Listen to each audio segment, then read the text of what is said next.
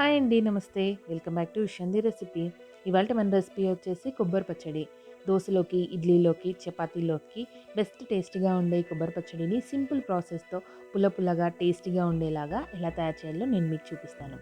సింపుల్‌గా తయారైపోతుంది. అలాగే టేస్ట్ కూడా చాలా బావుంటుంది. ఇలాంటి కొబ్బరి పచ్చడి రెసిపీని ఇప్పుడు మనం చూద్దాము. దానికన్నా ముందు ఇప్పటివరకు మన ఛానల్‌లో ఎవరైనా ఫస్ట్ టైమ్ గనుక చూస్తున్నట్టయితే తప్పకుండా సబ్స్క్రైబ్ చేయండి. పక్కనున్న బెల్ ఐకాన్ అయితే ఖచ్చితంగా ప్రెస్ చేయండి. ఇప్పుడు దీని ప్రాసెస్‌ని చూద్దాం.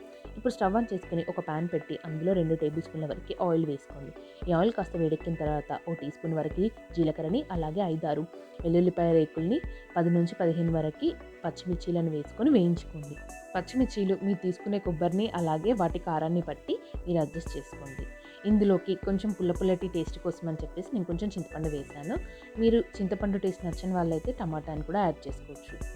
ఇప్పుడు ఇలా 5 నిమిషాల పాటు ఫ్రై అయిన తర్వాత వీటిని ఒక ప్లేట్‌లోకి ట్రాన్స్‌ఫర్ చేసుకొని, ఇందులోకి ఒక కప్పు వరకి కొబ్బరి ముక్కలను వేసి ఓ 5 మినిట్స్ పాటు ఫ్రై చేసుకోండి.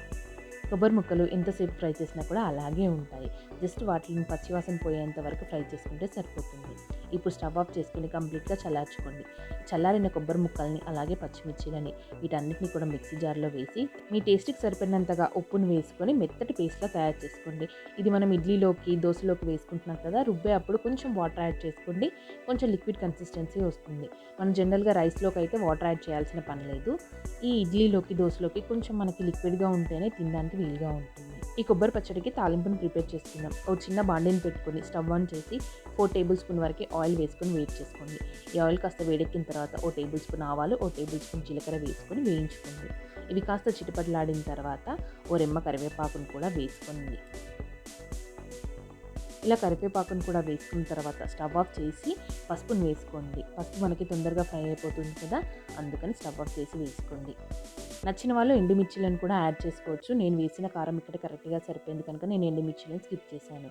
ఇప్పుడు ఈ తాలింపు మొత్తం కొబ్బరి చట్నీలో బాగా కలిసిపోయేలాగా కలిపేసుకోండి.